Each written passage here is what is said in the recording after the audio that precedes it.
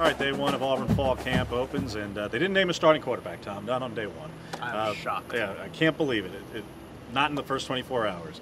But no, there were certain personnel updates, certainly with Michael Sherwood looking to transfer, Carlito Gonzalez not qualifying academically, and biggest real personnel update being that Jason Smith is moving to defense.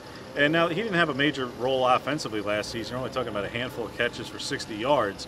But I think it applies something about the secondary where, again, we just talked about that Gonzalez didn't qualify, and you have Sherwood leaving, who was a reserve and backup defensive back. To have Smith moving to safety shows that, yeah, they were pretty thin at that position, and this is going to be a guy who they look to add a little bit of depth to the second line of the depth chart, in particular at safety, along with when you have three seniors with Trey Matthews, Stephen Roberts, and Nick Ruffin. Daniel Thomas is a guy we've seen play at deep safety and at 8A in particular, so Jason Smith is going to fit in that mix. But we did get a little bit of an update on the quarterback situation as a whole. No, not a starter, but we did get an update on the situation of how things are going to be determined, how things will play out a little bit, Tom, as far as between scrimmages and whether or not quarterbacks are going live or not.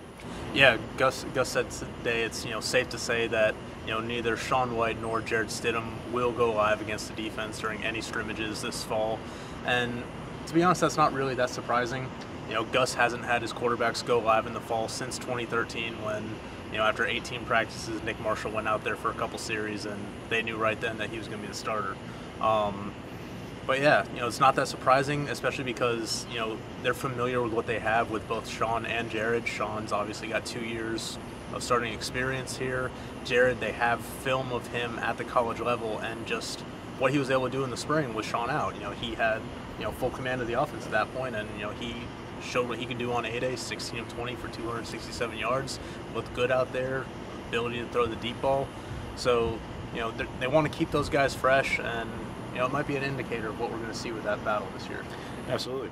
And with that battle and plenty more, check out AL.com all week and all month, certainly.